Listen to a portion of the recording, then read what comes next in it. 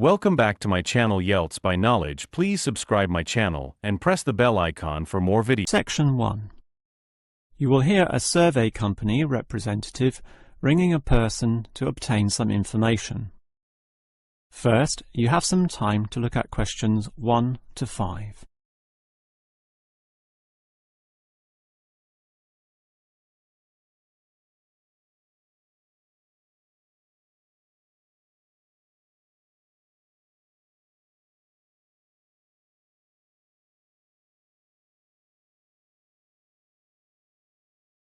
You will see that there is an example that has been done for you. On this occasion only, the conversation relating to this will be played first. Hello? Hello? Who is this? Hello, I'm a representative of the Tally-Ho Survey Company, and I'd like to ask you a few questions regarding exercise. Ah, that's an interesting subject.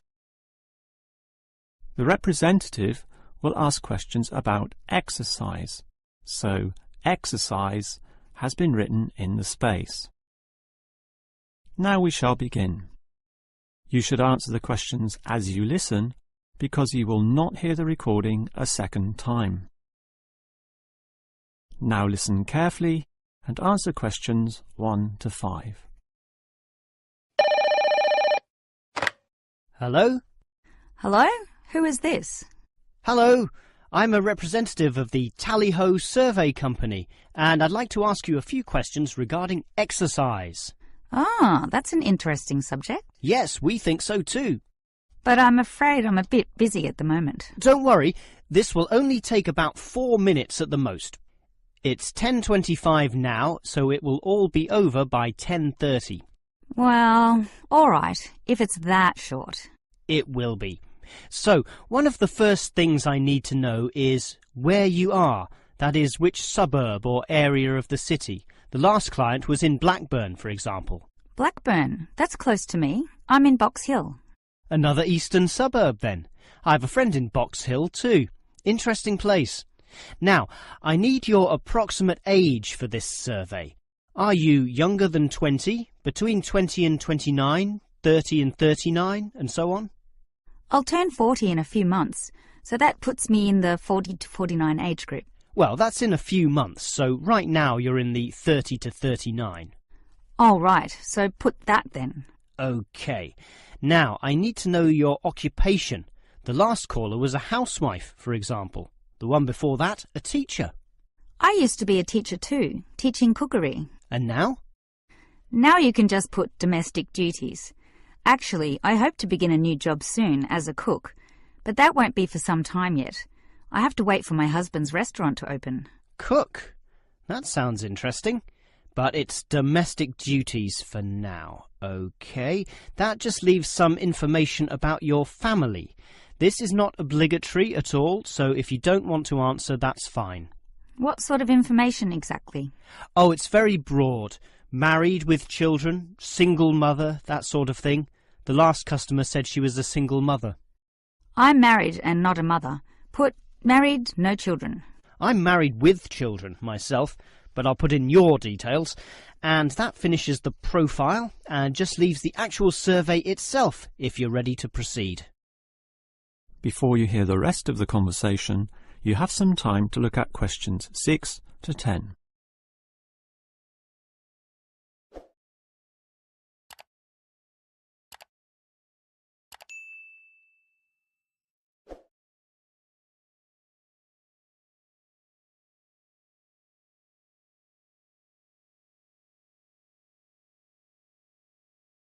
Now listen and answer questions 6 to 10.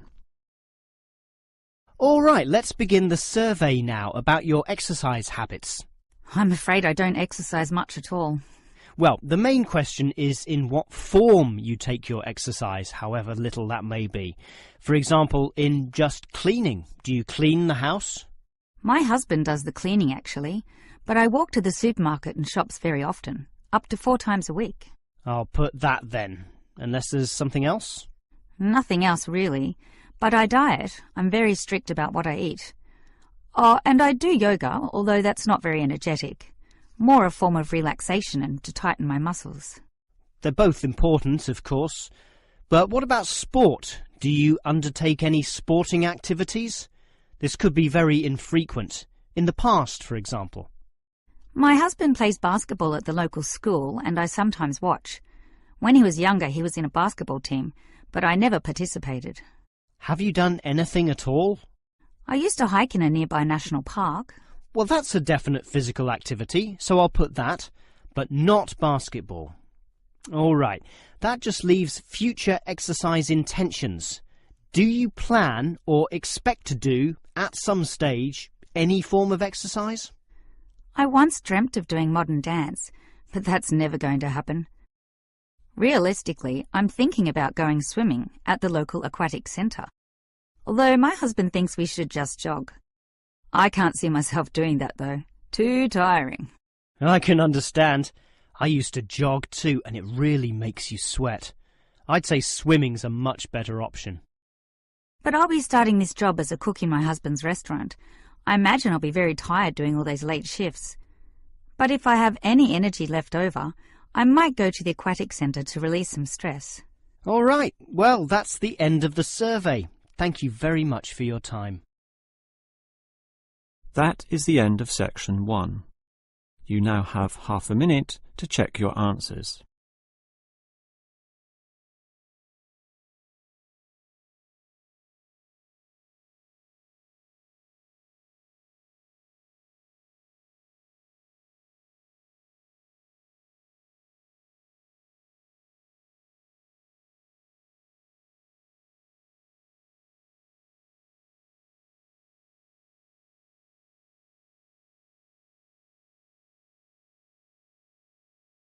Now turn to section 2. Section 2. You will hear the director of a language centre library explaining about its facilities to some new students. First, you have some time to look at questions 11 to 16.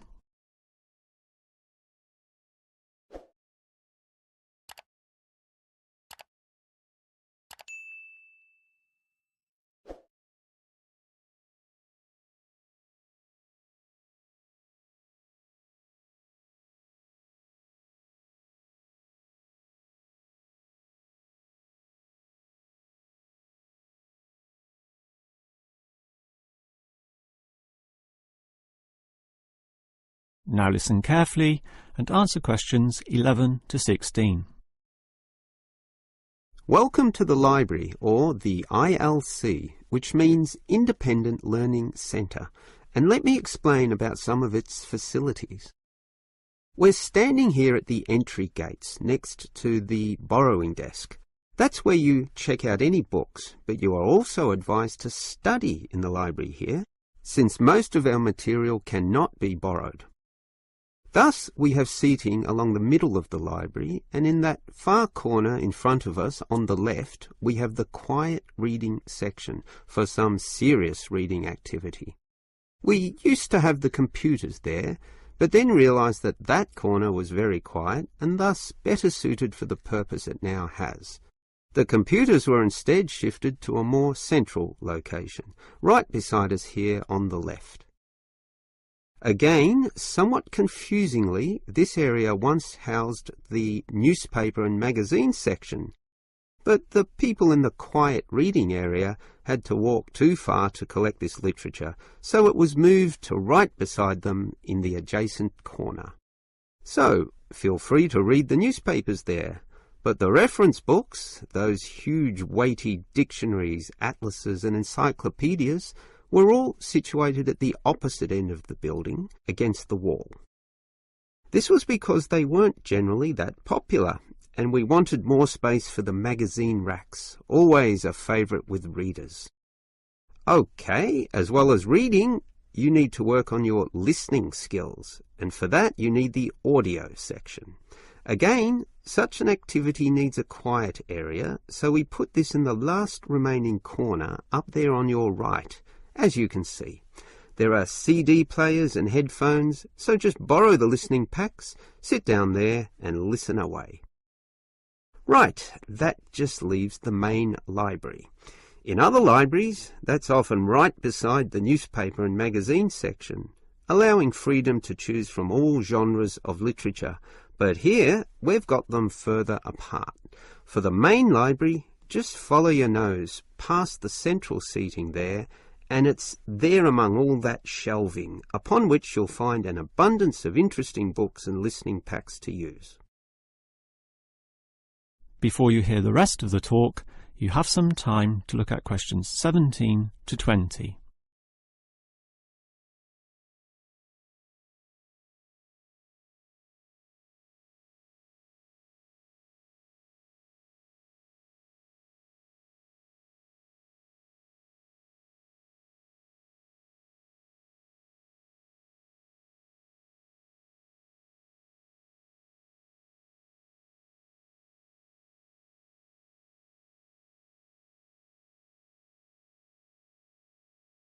Now listen and answer questions 17 to 20. Now, I'd like to tell you a bit more about an excellent service offered in the ILC here that we call the Special Sessions. What can you do in them? For a start, many of you need practice in speaking English, and for that we hold a special discussion session led by a teacher.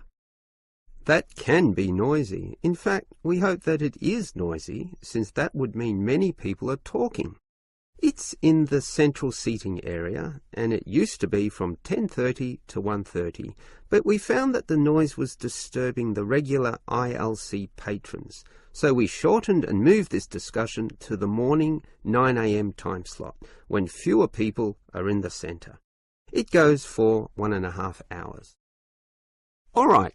What about writing skills? Well, we can help you there with another teacher. Now, writing is a fairly quiet activity, so that teacher stations him or herself in the quiet reading area from 1:30 until 3. The 10:30 to midday time slot cannot have a teacher for such writing skills, as they are all teaching in the morning. For this reason, of course, there cannot be an on-call teacher in the morning either.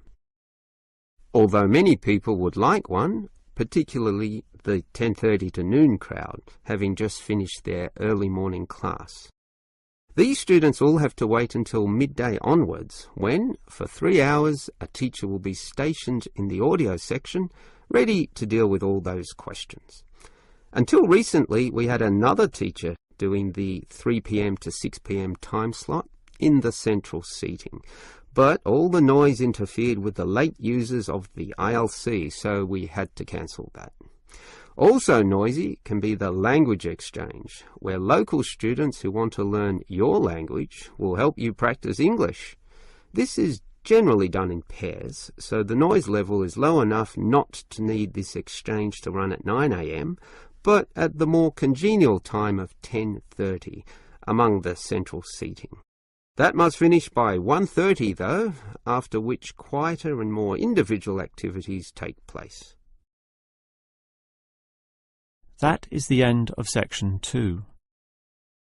You now have half a minute to check your answers.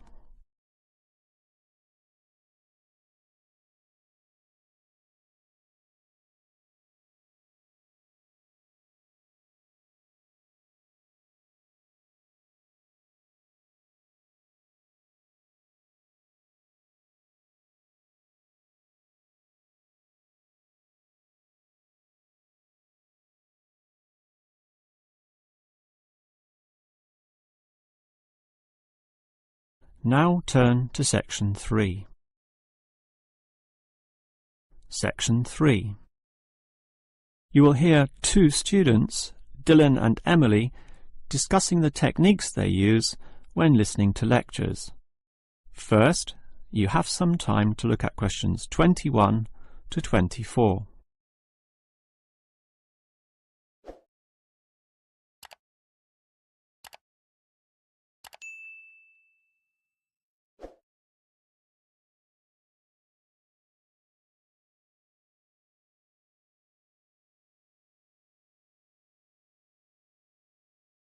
Now listen carefully and answer questions 21 to 24. Hi, Emily. What did you think of that lecture? A bit hard to follow, but I have some good lecture listening note-taking strategies which really help, so I can review the lecturer's message later. Lecture listening note-taking strategies? Review it later? That sounds interesting. I must admit, I struggle a bit to take down the gist of what I hear. Look at my notes. Well, I can see a basic problem immediately. You're writing full words, such as century, when all you need is a C. And don't write increase, just draw an up arrow. And why write thousand when a TH will do? I see. Just use symbols. That's not a bad idea at all. It's the most basic strategy, allowing you to record information at a faster pace. These lecturers can talk faster than others too, so you don't want to waste any time. But you need to be very familiar with your set of symbols. Why? Because you'll have to look at these notes days, weeks, or even months afterwards when you begin writing your essay. So you'll need to be able to interpret them at a later stage. I think I can do this, even by looking at your notes. Imed must mean immediately. But regarding the lecture as a whole, I knew the professor would be giving a set of specific recommendations and comparing two alternative approaches, so I formatted my page in advance, adding the features consistent with the nature of what I was going to hear. I think I need an example of what you mean. Well, look at my page. Before the lecture, I drew large headings saying recommendations. You should always draw these, and I drew a table saying approach 1 and approach 2. At the end, I drew a flowchart, as obviously the final recommendation would be a step-by-step approach. Then I was prepared in advance to simply fill in the spaces. Wow! Now that's clever. Before you hear the rest of the talk, you have some time to look at questions 25 to 30.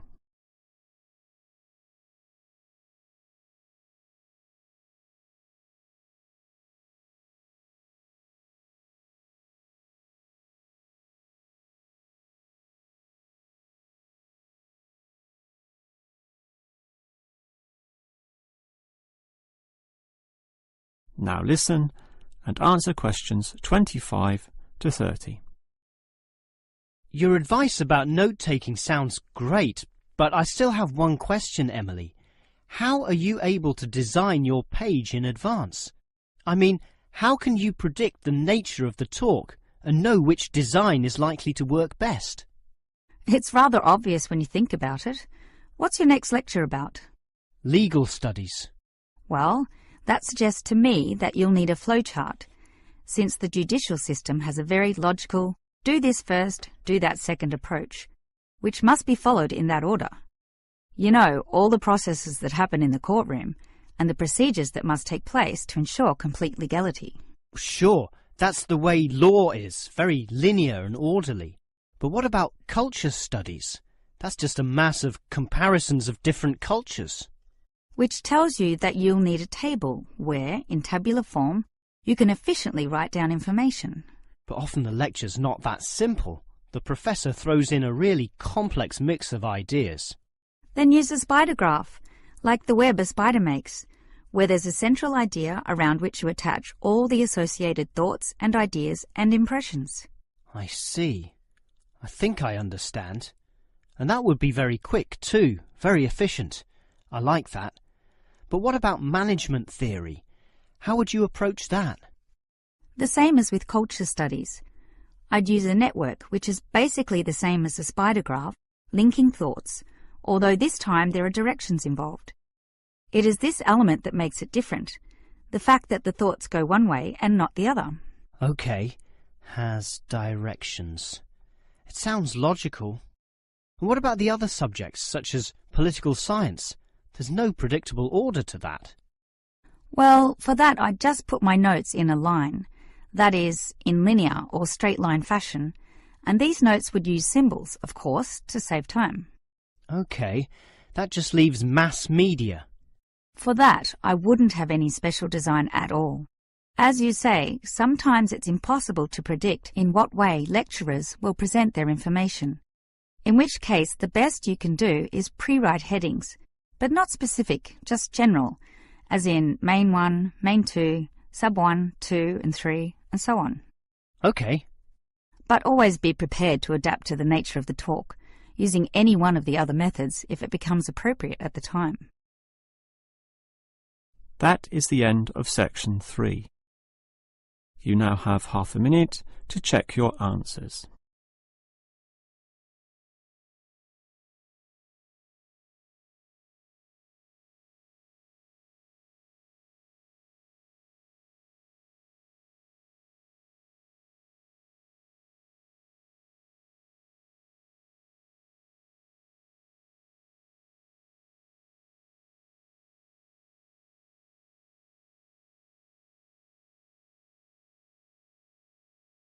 Now turn to section 4. Section 4. You will hear a lecturer talking about an unusual atomic particle called a neutrino. First, you have some time to look at questions 31 to 35.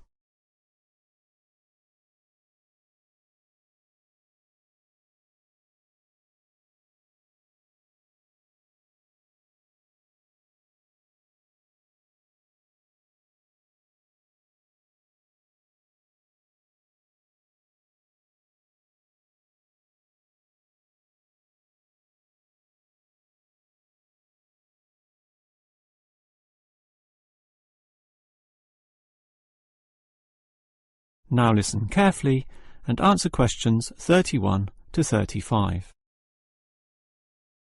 When considering the smallest unit of matter, the atom, most people know of electrons, protons and neutrons, but almost none know of another particle, even though they are constantly emitted from the sun in the trillions, with 100 to 200 billion of them regularly passing through your body every second. To repeat, that's not thousands, not millions, but billions every second. You don't feel them because they are small. In fact, so tiny that we can barely detect their presence at all. These mysterious particles are called neutrinos.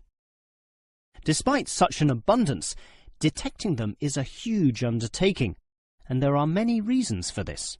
Firstly, the neutrino itself is so small that you need to eliminate absolutely all other particles around.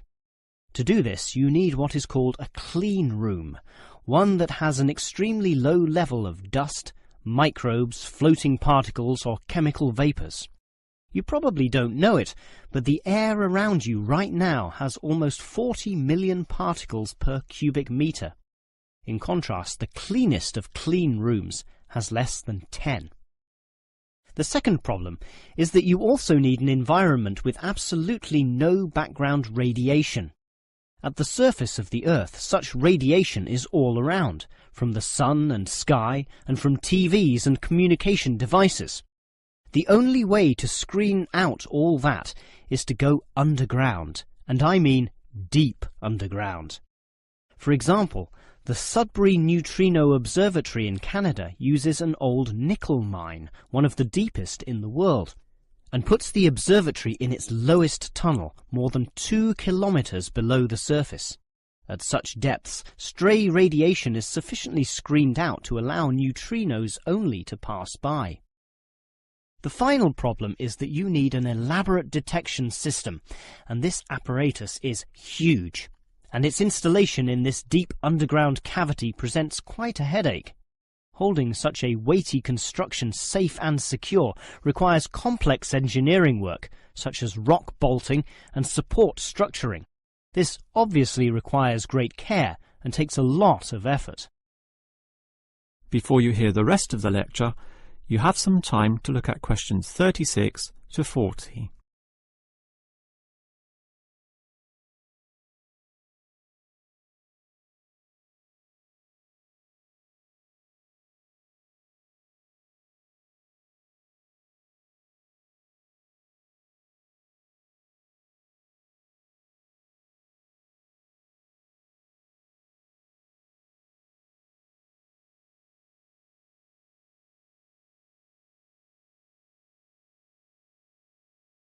Now listen and answer questions 36 to 40. So I've told you about the difficulty in detecting neutrinos. They are tiny, virtually weightless, have no electric charge, and hardly interact with anything at all. Yet we can detect them, and to see how, let's consider the Sudbury installation once again. The detector there consists of a spherical container filled with heavy water. This rests inside another vessel filled with normal water, which helps support the weight of the inner sphere, as well as providing further shielding from any stray radiation. At the edge of this inner sphere are about 10,000 electronic detectors. These are extremely sensitive, able to multiply 100 million times any electric current which occurs. So, as the neutrinos pass through this sphere of water, there is a very, very, very small chance that one of them may hit a water molecule. To increase the likelihood of this, two strategies are used. 1. The larger the sphere of water, the better, and the Sudbury tank holds not 10 tons, not 100 tons, but 1,000 tons. 2. The water is special, consisting as it does of heavier molecules. So what happens is this. If the neutrino hits the water molecule, the neutrino is absorbed, but the molecule itself splits apart, producing a tiny electric current. It is this which is detected and analysed, giving key information about the neutrino. The final question is, why do we care about these elusive particles? Well, just think. They can pass right through the core of our sun at the speed of light without being affected or losing strength. No other form of radiation can do that, meaning that the knowledge we get about neutrinos can help us to control them. With this ability, we can probe the centre of our Earth, the inner layers of our sun, and the outer limits of our solar system, and that makes it all worth the effort. That is the end of section 4. You now have half a minute to check your answers.